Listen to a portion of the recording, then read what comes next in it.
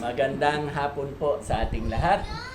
Ngayon na naman po ay magpapasimula ng ating gawain, Bible Study, dito sa tahanan ni Ate Lenny. At pangungunahan po tayo ni Ate Ana sa panalangin, sa pagbubukas ng panalangin. Sige, Ate Ana. Manalangin po tayo. Panginoon, maraming salamat po sa hapon ito. At kami po ay naging dito sa tahanan ni Lenny upang marating po ng mga mabubuting salita mo, Panginoon. Maraming salamat din po sa araw-araw na ibibigay mo biyaya sa aming Panginoon at sa kalakasan ng aming katawan, Panginoon. Patawarin mo po kami sa aming mga kasalanan sa nagagawa po namin na hindi po namin sinasadya, Panginoon. At hinihiling po namin na bigyan niyo po kami ng sapat na lakas upang magampanan po namin ang aming mga dapat gawin sa araw-araw, Panginoon. At maging mapagkumbaba po kami na nagasunod mo, Panginoon. Maraming salamat po, Panginoon, sa tanging pangalan ni Jesus. Amen. Okay, mga sanay na. Kaya gusto ko. Matapang na. Nung unang-una, hindi yan matapang. Naiyak. Sabihin pa, malabo po ang mata ko. Hindi ko mabasa. Okay, ngayon naman po ay ihanda natin ating mga sarili. Makakarinig po tayo ng tanging awit na walang iba kundi si Ate Beth.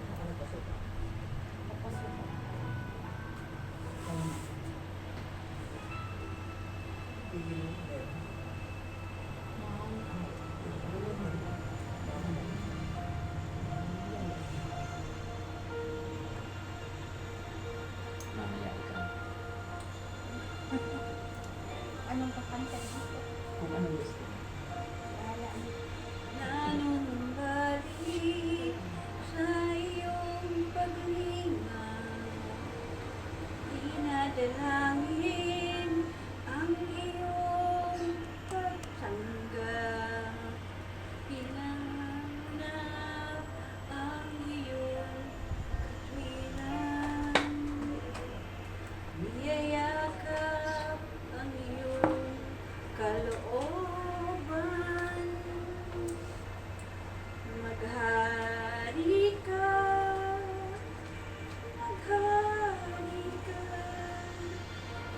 Panginoong Jesus, maghari ka. Sa buhay ko, sa puso ko, Panginoong Jesus, maghari ka.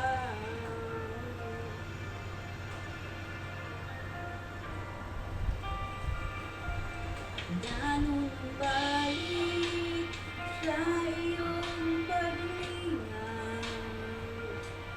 dinadalangin ang iyong pagtanggap, hinahanap ang iyong katwiran,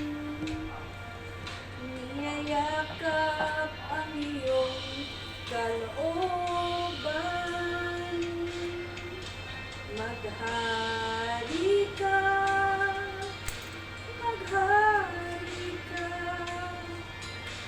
Panginoong Jesus, maghari ka.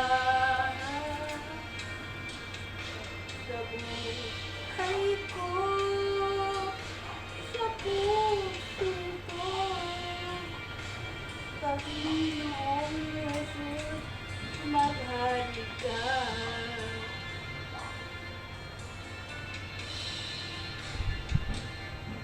Nanumbalik sa iyong paglinga, dinadalangin ang iyong pagtanggap, hinahanap ang iyong katwiran, niyayakap ang iyong kalooban. Maghari ka,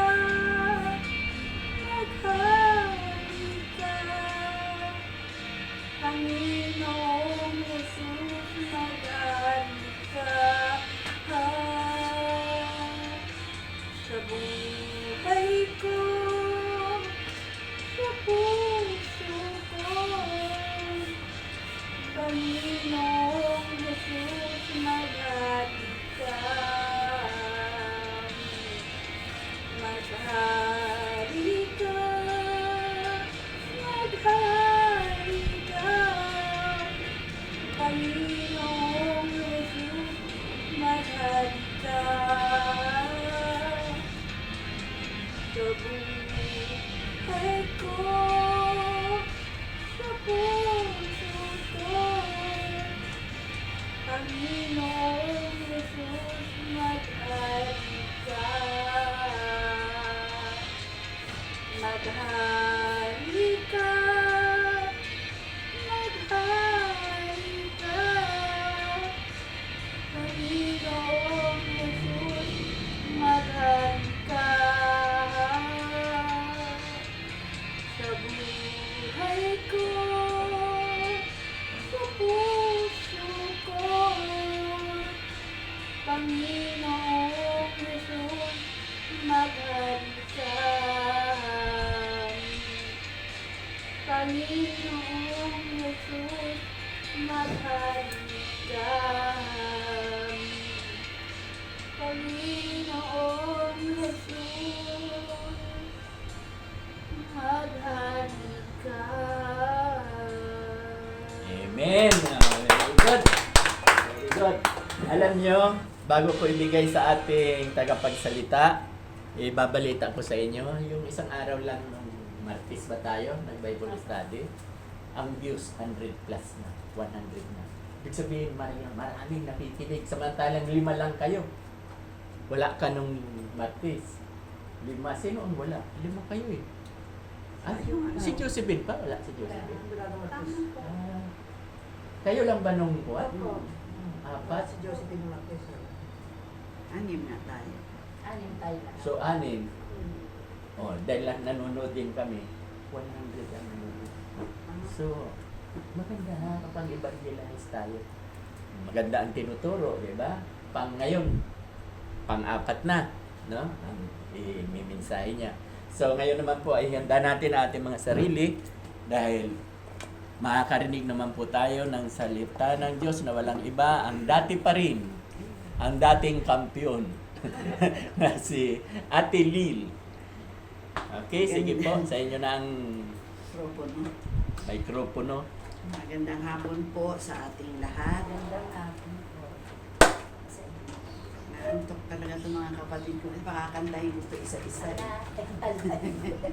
Okay, last time, ang sabi ko sa uluhin nyo, 4 na libro ng New Testament, 4 na libro ng Old Testament. Sino dito ang sumunod sa teacher? Very good. Sige na. 5-5. Wow, very good. Sige nga. Sa luma po, Genesis, Exodus, Levitico, mga bilang, Deuteronomy. Very good. O, sino pa? Sa bagong Ay, bagong tipan pa pala. Mateo, Marcos, Juan, Lucas, Juan, mga gawa. Very good. O, sino pa ang nakasaulo? Ako 5 lang, pero alam ko sinabi niya sa una. Sa Genesis niya, ganyan. Exodus, ganyan. Kaya ko lang naman inaano to, ini-emphasize sa inyo. Kasi hirap na ako sa inyo, pupunta na naman kayo doon sa index, anong number, sabi naman nung katabi, anong number daw, di ang tagal-tagal. Samantala kung sa ulado ninyo, kung saan nakalagay yun, madali nyo lang buklatin, no? So, yan talaga, ang mga Kristiyano alam, ilan nga ba ang number, ilang libro ang meron ang Biblia? Parang ako yun. So next meeting, kayong dalawa, ay kayong tatlo, kailangan sa ulado nyo na. Ang ano po po sa pages. 5 books sa New Testament, 5 books sa Old Testament. Tigpa-5. 60. Living a spirit-controlled life, no? Living a spirit-controlled life. Sabihin pag mabilis ako magsalita.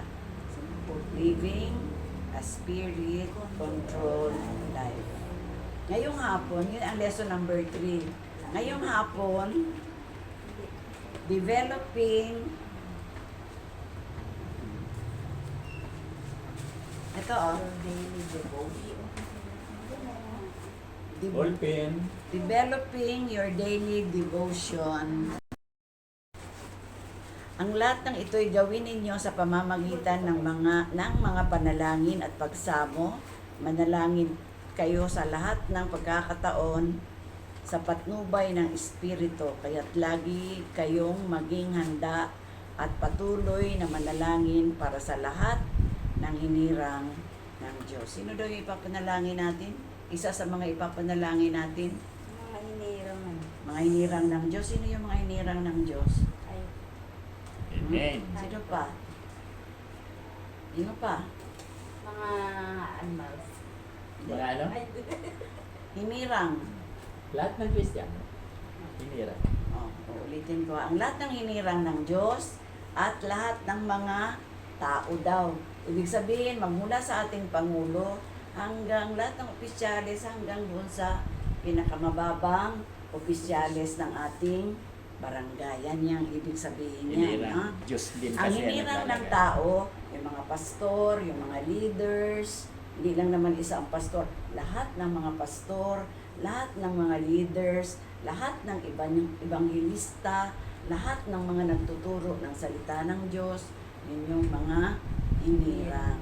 Na? Kasama na tayo sa mga hinirang. Okay, itong topic natin ngayon ay natalakay ko na to sa inyo isang taon na ang nakalipas. Ito ay review, no? So, developing your daily devotion. Sino dito ang nagdi-devotion tuwing umaga? amen. Nagdi-devotion ka? Ikaw, Liz, nagdi-devotion ka? Nanalangin ka kapag kagising mo? Okay, very good. Ikaw, ate. Quiet. Oh, quiet time. Quiet lang talaga yun, ha? Okay. So, ang devotion ay Siyempre, pagbangon mo. talagang alalahanin natin ang Panginoon, no? So, ito yung pakikipag-usap natin sa Diyos. Okay? So, ito ay sa pamamagitan ng panalangin. Okay? So, ano daw ang panalangin? Pakikipag-usap sa Diyos. Pakikipag-usap sa Diyos, pakikipagniig sa Diyos. Yan yung ibig sabihin ng panalangin. Ang panalangin, ito yung hininga ng mga Kristiyano. No? Ang sabi nga, ito, pakikipag-usap sa Panginoon, Jeremiah 33:3. I-make up na natin to Jeremiah 33:3. Ano ang sabi sa Jeremiah 33:3? Sa English, call unto me and I will answer thee. No? At ipapakita daw niya ang lahat ng mga bagay na hindi pa natin nalalaman. So, ito yung linya ng Panginoon. Di ba minsan wala tayong internet, hindi natin magamit yung telepono natin. Sa Diyos, ang wifi, panay-panay. Walang pagkabitin, no? Hindi tayo mabibitin. Hindi nasisira yung linya natin. Ang linya natin sa Panginoon ay laging bukas. Ha? Gaano kalayo ang Panginoon sa atin? Sa panalangin. Sa ang panalangin lang. Huwag yung kalimutan yan. Kaya hindi malayo. Hindi ninyo pwedeng sabihin na hindi ako marunong manalangin. Pag marunong kang huminga, marunong kang manalangin. Pag marunong kang kumain, marunong kang manalangin. Na? Sapagkat ito yung paraan na matuto tayo magpasalamat. Huwag tayong hingi ng hingi lang. Sabihin ng Diyos, hingi ko lang naman ng hingi. Shame on you. No? Naalaala mo lang ako pag wala kang pera, pag wala kang bigas, pag wala ka. No? Pag nasa kasaganaan ka, sayang-saya ang buhay mo, nasaan ka? Wala. Sa party, sa gala-gala, sa SM, no? Sa kainan. So, nalimutan ang magpasalamat. Okay. Kagabi, sino ang dumalo sa prayer meeting? 6 o'clock. Ikaw lang? Ano ba yun? Nakabiti ko doon? Hindi, kahit walang signal, mananalangin. Manalangin ka lang, basta Kahit ipanalangin mo walang, na yung lahat. walang cellphone. Alas 6 Basta manalangin. tuwing Miyerkules, tandaan ninyo, ito yung sama-sama nating pananalangin. Sabay-sabay. Oo. So, kung wala siyang cellphone na hindi ano yung cellphone niya. Walang problema, manalangin pa rin. Manalangin ka na yung ating activities, yung mga Manalangin mo na lumago ang church. yung mga kasamahan natin, yung mga may sakit, yung mga nangangailangan ng tulong, no? Alas 6, kahit lumampas kayo ng alas 6, tuloy Sige lang. pa rin, halimbawa nakalimot, alas Oo. 7 na alaala. Alas 7, Sige pa rin, panalangin pa rin. Bakit? Sabi nga, ito Prayer. yung hininga natin. Prayer is Kapag power. hindi natin pinapalabas yung hininga natin, ano mangyayari sa hininga natin? Ano mangyayari sa atin? Malalagot ang tali, no? So, napakahalaga ng pananalangin. Ilang minuto kayo kung manalangin? May 30 minutes ba? Ilan? 15. O, Pwede na pa yan. Pwede na yan. Pwede na. Pwede rin haba-habaan. Baka may Pwede, nakalimutan 15. ka. No? Ang dami nating dapat ipanalangin. Sa totoo lang, kulang pa ang isang oras. Kami noon, kung kami, prayer meeting, isang buong gabi. Pahinga lang namin yung mga 12 o'clock. Kung gusto nyo matulog sandali, tutulog kami. Pwede kami magkape. Ulitin na naman namin after 1 o'clock. Damag po? Oo, oo, prayer meeting, overnight prayer meeting. No? So, kapag nasanay na kayo, hindi na kayo magrereklamo. Hindi kayo magrereklamo na nagutom dahil bubusogin kayo ng banal na espiritu sa pamamagitan ng Saka may panalangin. prayer meeting na talagang hindi kakain. Oo, sa CCF, prayer meeting and fasting. Hindi Fasting sila makain. na tinatawag. Walang tubig lang ang pwedeng inumin. Huwag yan, overnight. Kaya tingnan Fasting. mo, gusto nyo lumago ang church natin, gawin natin yan. CCF, yan ang ginagawa nila. Ang lago. Twice a year, nag-prayer and fasting sila. Kaya tingnan mo, malago. Ay, pag mahina ang panalangin natin, mahina din tayo. Wala tayong building. Alam mo, ang building nila, isang buong bloke, CCF. Laki na. Akalaki. Na? So, nasa sa atin yan, kung paano tayo dapat manalangin. Kaya baka sabihin ninyo, ako nakakapagod ng panalangin.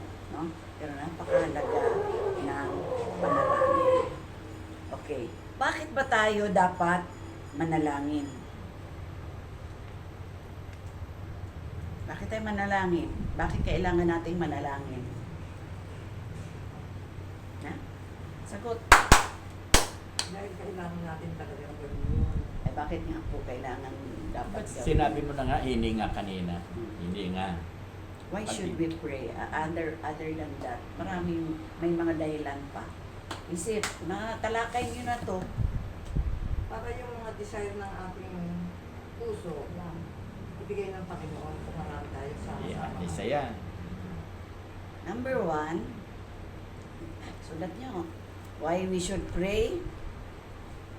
It was commanded, utos ng Diyos na manalangin tayo. No? So, it was commanded by God.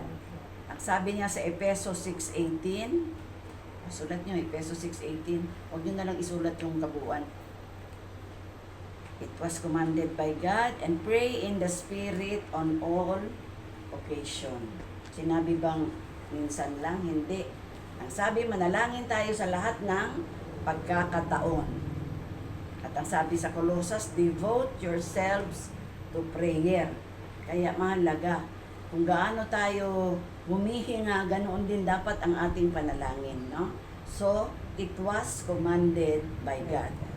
Number 2, it was exemplified. Exemplified. E-X-E-M-P-L-I-F-I-E-D. Exemplified.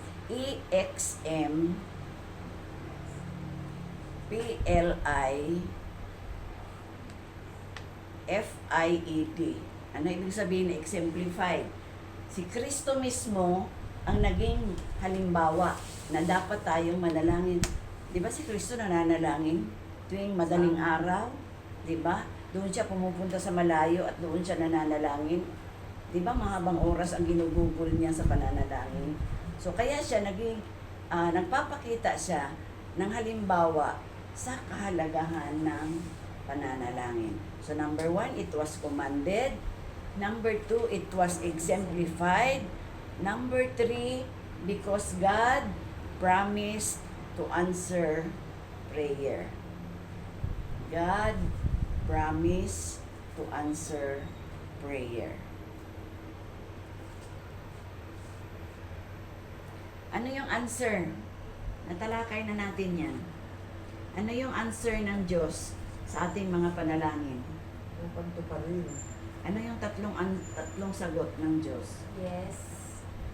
No. Wait. Wait. Wait. Yes, dahil okay lang, no? Kaya. Pag no, gusto mo ng kotse, may pera ka, di okay. Pag wala ka pera, no. Pag mag-iipon ka pa, wait. No? So, yes, no, wait. Yan yung sagot ng Panginoon. Okay. So, tatlo na yun, ha? Number 4, bakit kailangan nating manalangin? Dahil God promised to answer prayer. Tatlo lang pala yung tinalakay. Okay, so tatlo yon. It was commanded by God, it was exemplified, and God promised to answer prayer. Okay. So sa ating pananalangin, dapat itong tatlo ang dapat nating banggitin. Buksan yung inyong Bible. Mateo 6:9. Mateo 6:9. Our Father who art in heaven, hallowed Mateo be thy 6:9. kingdom come, thy will be done on earth. Ama namin, nasa langit ka, sambahin nawa ang ngalan mo.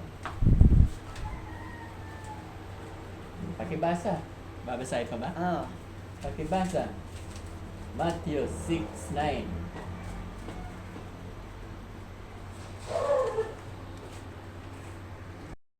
Manalangin. Mananalangin.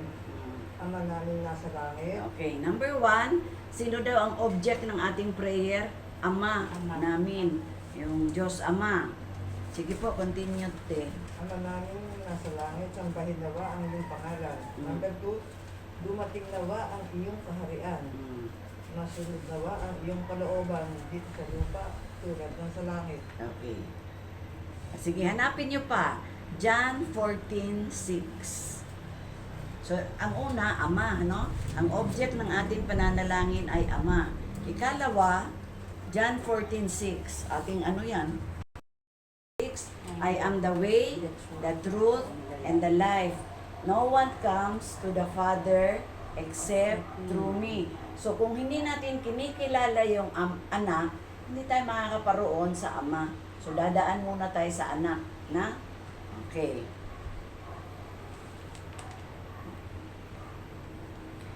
Roma 8:26.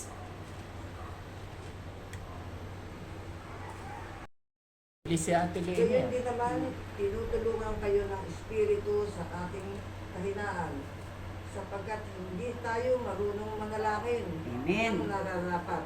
Amen. Kaya ang Espiritu ang namamagitan para sa atin at dumarating sa paraang hindi natin kayang sambitin. Okay. So, ang object daw ng ating prayer, ang Ama, sabi, sa pamamagitan ng anak, at Espiritu Santo. Ano ang trabaho ng Espiritu Santo? Siya ang tumutulong sa atin sa ating mga kahinaan. Hindi daw natin alam kung ano yung ipapanalangin natin. Pero sa pamamagitan ng mga ungol, ng mga daing, na ipaparating ng Espiritong Banal, ang lahat ng ating mga kailangan patungo sa Ama na hindi natin kayang pagbigkasin. No? So, ang object, Ama, Anak, Espiritu Santo. Okay. Next. Ay, wala kayong tanong sa ating ano? Masyado bang mabilis? Hindi mo. Okay. Punta ka sa silid, isara mo ang pintuan at doon ka manalangin. Amen, no? Ano pa? Sa silid, si Jesus doon sa ilang, sa isang tahimik na lugar. Eh kayo, ikaw, Bet, saan ka nananalangin? Tahimik na lugar. Sa kwarto. Ikaw, Liz, saan ka nananalangin? Sa kwarto. Ang pananalangin, pwede sa ating church, pwede sa kwarto, pwede sa isang lugar na gustong-gusto nyo. Ibig sabihin, anywhere, everywhere, you can pray. No? Kahit naliligo ka, kahit nandoon ka sa banyo, nasa silid, pag naalaala mo, kailangan mong manalangin. No? Mananalangin tayo. So, anywhere, everywhere, we can pray. Kapag sumasakay tayo ng sasakyan, no? Na tayo ay ingatan ng Diyos sa ating paglalakbay. Ay dapat tayo ay manalangin. Ano naman ang ating... Dito ka, okay. Dito kayo. Basta.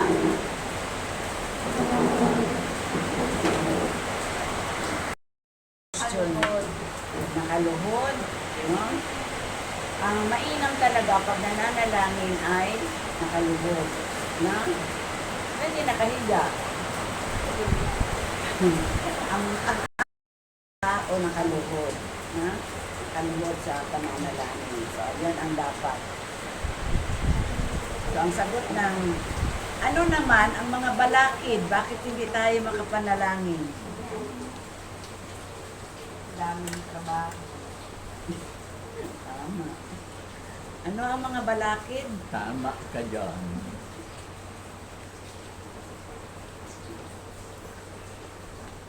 Ano pa? Bukod sa trabaho. Pero, malakas kang kumain. Diba? Gusto lang kain ng kain ay magpasalamat sa Diyos. Sino dito ang nagpapasalamat sa Diyos bago kakain? Amen. Amen. Baka kain lang ng kain, ha? Kailangan ipag-pray muna ang lahat ng biyaya bago tayo kakain. Okay? So, ano ang hindrances? Maingay, walang lugar, pero hindi ko tatanggapin yung walang lugar kahit saan pwede kang manalangin. No? Maingay. Higit sa lahat, katamaran. So, ano ang effective na oras ng pananalangin? Yung madaling araw, no? Dahil tahimik, kung may bata kang maliit, tulog pa, no? Kung may mga anak kang kasama, tulog pa rin sila. So mainam na ang panalangin sa madaling araw, wala talagang istorbo, no?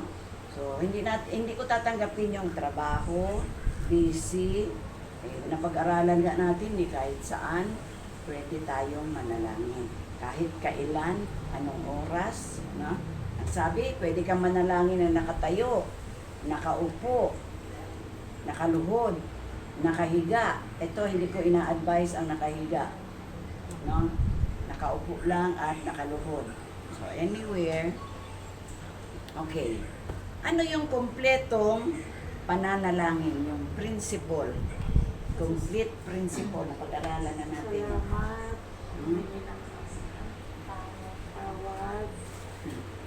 Sige, number 1, ang ano niyan, ang acronym niyan, CATS, no? C, ito yung confession. Confession. C-A-T-S yun. Yes. Ang C, confession. Bago tayo dumako sa pananalangin, humingi muna tayo ng tawad sa lahat ng mga nagagawa nating kasalanan, no? So, C, confession. Araw-araw ba nagkakasala tayo? Oras-oras ba nagkakasala tayo?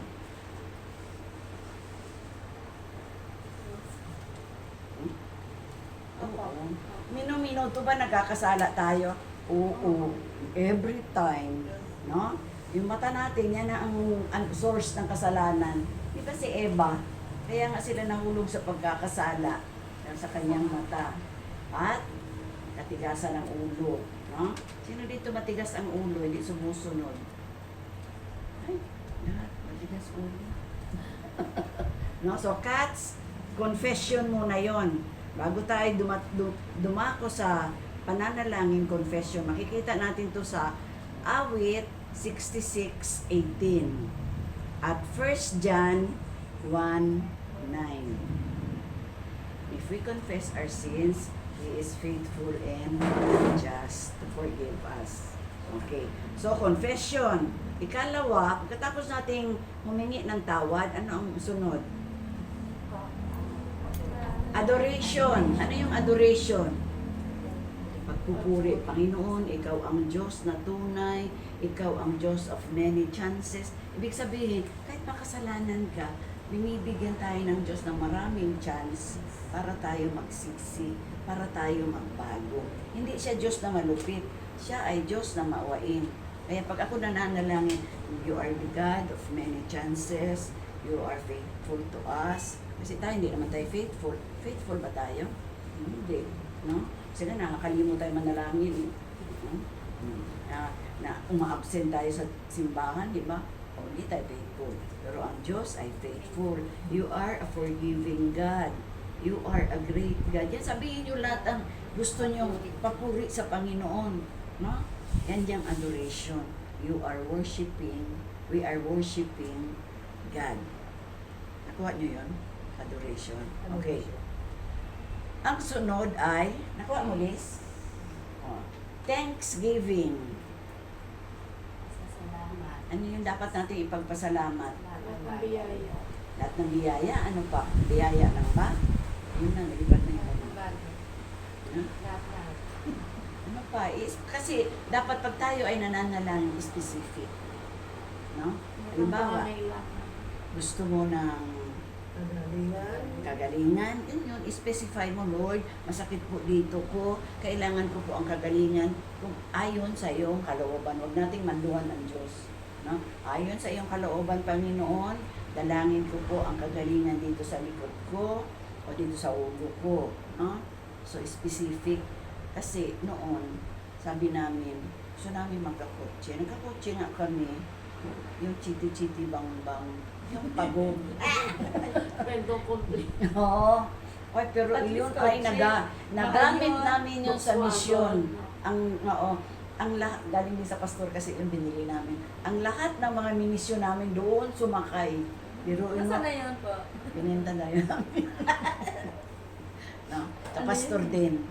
Sa pastor din Ah, namin. thank you. Oo, mahal yun ngayon. Okay. So, Thanksgiving. Dapat lahat, pagkadilat pala ng ating mata, ipagpasalamat na natin na nagising tayo.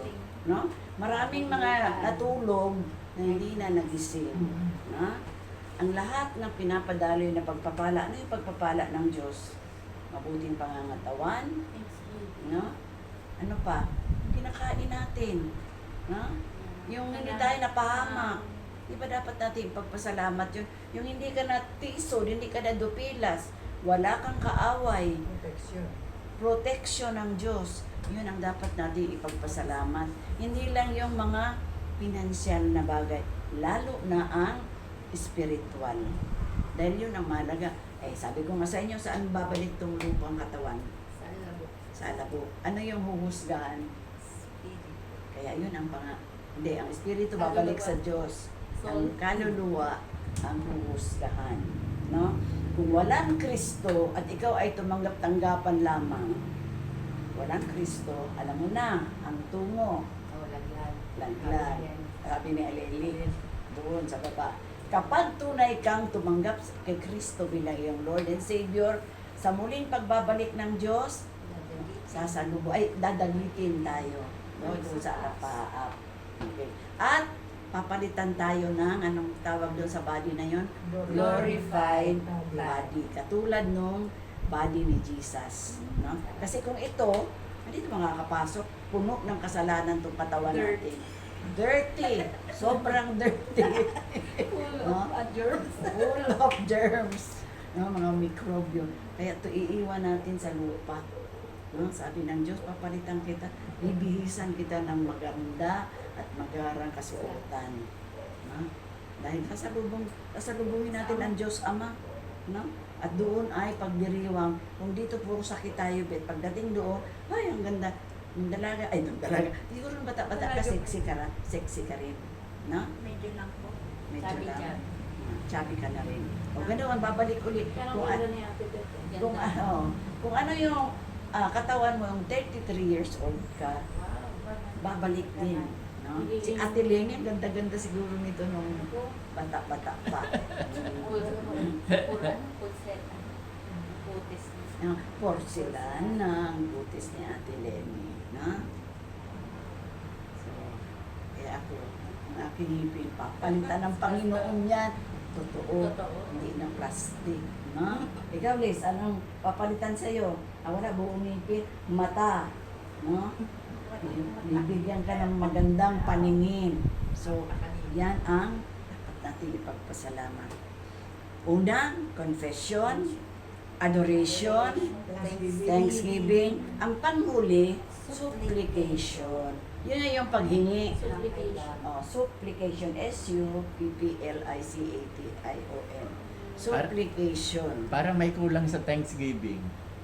Ano? Giving, magbigay. Oh, thank you and Dapat giving. na wala yung gift. No? Lilantawan nyo, ha? Magbibigay kayo kay Lord. Oo. Kasi hindi pwedeng tanggap lang ng tanggap. Salamat. Diba? Ikaw, pag may hingi lang ng hingi sa'yo at hindi naman nagbabalik, tulad niya Tilene, no? Magagalit ka rin. So, kailangan thank you and I will give you back your money. Kasi sa Diyos naman yan, hindi naman atin yan. Okay.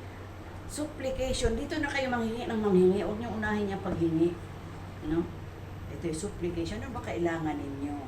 Panginoon, kailangan ko pong malaman kung ako ay gagaling pa sa ganitong karamdaman, kung ako ba, Panginoon, sa mga application ko for abroad, makakapunta ba ako, kung ako ba ay matutupad yung aking mga pangarap, kung ako ba ay makakapag-aral, ito na yung mga hihiniin ninyo. Panginoon, wala na po, at kumakalansing na ang palabigasan. Yun. Wala nang laman. So, dito na tayo hihingi, no? Sa Panginoon. Okay? So, yan ang prayer. Yan yung principle. So, when should we pray?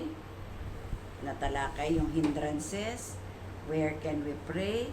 Whom should we pray? Kanino tayo dapat manalangin? Jesus. Una muna sa Ama, sa pamamagitan ng Anak, at sa patnubay ng Espiritu Santo. Bakit kailangan nating manalangin? Hindi pa tayo tapos, ha? Nakakalimutan nyo na kaagad. Hininga. Bakit kailangan nating manalangin? 1, 2, 3? Sa pag... Ha? It was commanded. It was commanded. Commanded. Utos to. By God. Hindi nakikiusap ang Diyos sa atin. Wala namang pangangailangan ang Diyos sa atin. Meron ba? Ayot to na dapat sumunod sa Kanya dahil gabundok ang ating pangangailangan sa Diyos. So it was commanded by God. Number 2, it was exemplified. Ibig sabihin, naging mabuting halimbawa si Jesus na siya man ay nananalangin. Tayo dapat manalangin din. Ano ang number 3? Because God promises to answer. Yeah. God answers prayer. No? Ano yung kanyang sagot? Yes, no, Wait. wait. Okay. Very good talaga ang aking mga estudyante. Okay. Ano yung object ng ating prayer? 3 din yun? Ama, Anak, at Espiritu Santo. Very good. Okay. Ano yung paraan ng pananalangin? Katatapusan na natin. Cats. Confession, adoration, thanksgiving, supplication. Ano yung supplication? Paghingi ng kailangan. Paghingi ng kailangan. Ano yung thanksgiving? Pasalamat. At pagkakaloob. No? Pasasalamat at pagkakaloob. Ano pa? Adoration. Adoration. Paano natin i-adore ang Purihin ng Panginoon. We worship God. Na? So we worship God. pupurihin natin siya sa kanyang Pagsalat. pagka-Diyos. Okay? So yan ang ating topic for today. Saan tayo dapat manalangin? Anywhere. Kailan tayo dapat manalangin? Anytime. Anytime. Ano ang posture o ano ang itsura natin kapag mananalangin? Tayo, nakaluhod, nakaupo, wag lang pwede naman nakahiga kung may sakit ka. Pero huwag ka matutulog na hindi ka pa nag-aamen. No? Mag-amen ka muna. Alam niyo ba kung ano ibig sabihin?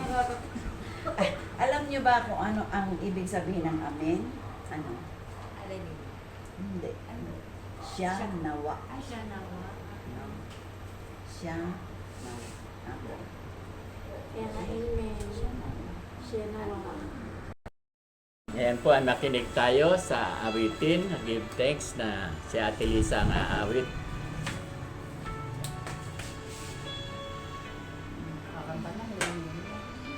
At pagkatapos, closing prayer, sino?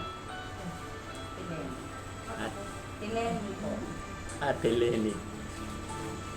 Give thanks with a grateful heart. Give thanks to the Holy One. Give thanks because He's given Jesus Christ, His Son. Give thanks with a grateful heart. Give thanks to the Holy One. Give thanks because He's given Jesus Christ, His Son. And now let the weak say, I am strong. Let the poor say, I am rich, because of what the Lord has done for us. And now let the weak say, I am strong. Let the poor say, I am rich, because of what the Lord has done for us. Give thanks. Give thanks with a grateful heart. Give thanks to the Holy One. Give thanks because He's given Jesus Christ, His Son. And now let the weak say, I am strong. Let the poor say, I am rich, because of what the Lord has done for us. And now let the weak say, I am strong. Let the poor say, I am rich, because of what the Lord has done for us. Give thanks. Give thanks. Very good. Ano? Marami ng pang-love offering. Yung nakaraan, tanging alay ko. Ngayon naman, give thanks. Pang-offering. Ngayon naman po ay makakarinig tayo ng closing prayer. Walang iba, si Ate Lenny. Sige po, tayo niyo mo tayo manalangin. Dakilang Diyos na makapangyarihan, maraming salamat po sa oras na ito. Kahit kami kukunti, alam ko kasama ka namin, Panginoon. aming natutunan, Panginoon ko, ay patungkol sa iyo na lagi kang maalala, mapapurihan, pasalamatan sa lahat ng kabutihan mo sa bawat isa sa amin, Panginoon ko. At alam ko po, Panginoon ko, na ang tinuro sa amin ay magrema sa bawat puso namin. Maalala namin kung paano ka kumikilos sa bawat buhay namin. Pagpalain mo po, Panginoon, ang nagbigay ng mensahe at ang bawat isa rito ay tunay na ingatan mo at mapagpala mo. At hanggang sa pag-uwi nila, Panginoon ko, ay ingatan mo sila, hindi mo sila pababayaan. At ang iba naming Panginoon na kapatira na hindi nakakadalo rito, patuloy mo rin po silang ibuin, ipaalala mo po sa kanila ang inyong mga gawain ay talagang napakahalaga, Panginoon ko. Maraming salamat po, Panginoon ko, sa iyong pag-ulit pasasalamat. Tanging sa pangalan mo, mighty name of Jesus. Amen. Amen. Okay, so maraming salamat po. So,